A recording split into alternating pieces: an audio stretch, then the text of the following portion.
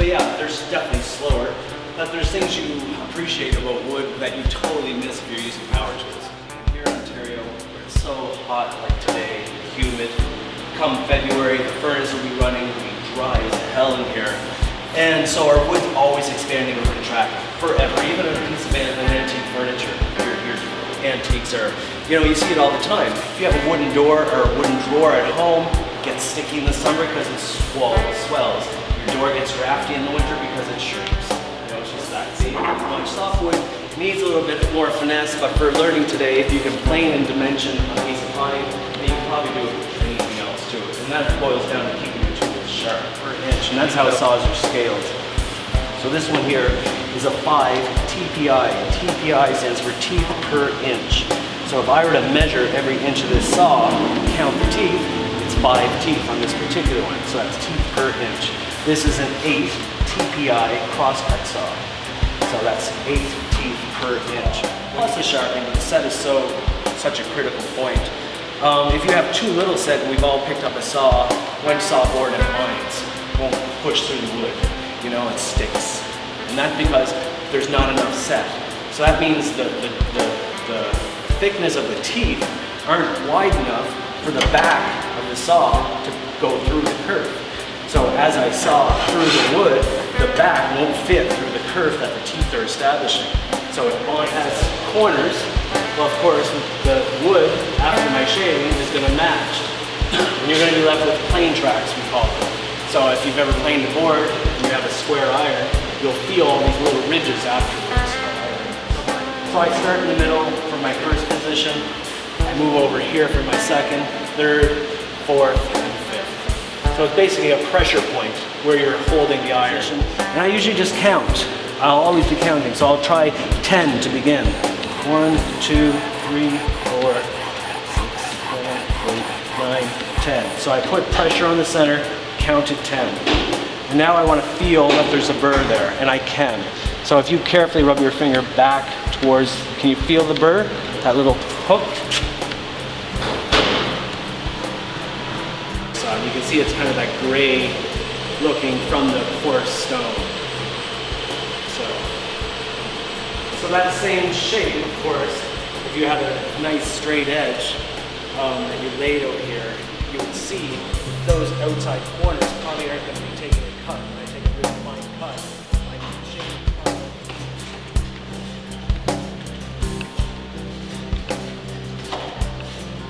Rip it really hard with my fingers. The saw naturally just wants to go that way, right? The same is true if you rip it too much with your thumb, the saw wants to dive the opposite way. So it's this balanced grip like this. We use the analogy locomotive.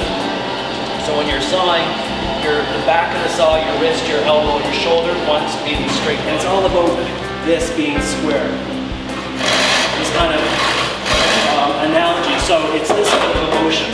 So I want to, it's only cutting on the push stroke. So on the up stroke, it's this kind of circular motion. I pick it up. It's a 26-inch saw plate, even the shorter ones. Use as much of the teeth as you can.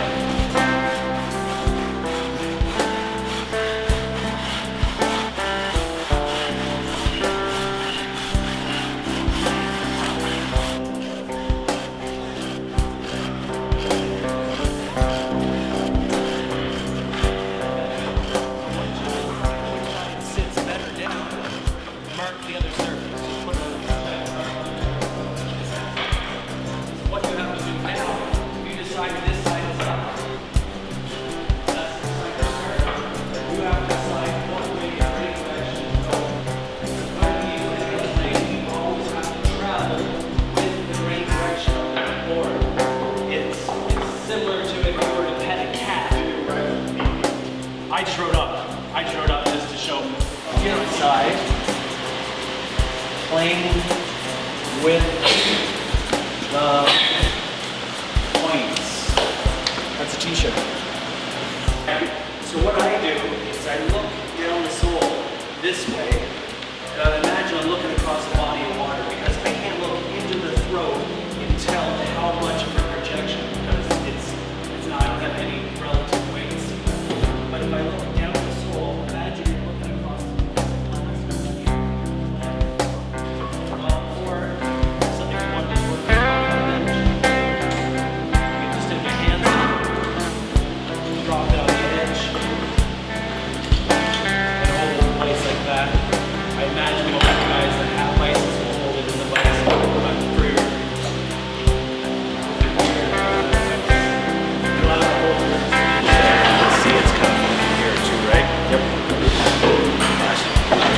can probably eliminate all that tear just by dotting a super fine shaving. It's going to take you a little longer, but I think you're good. Awesome. Thank you.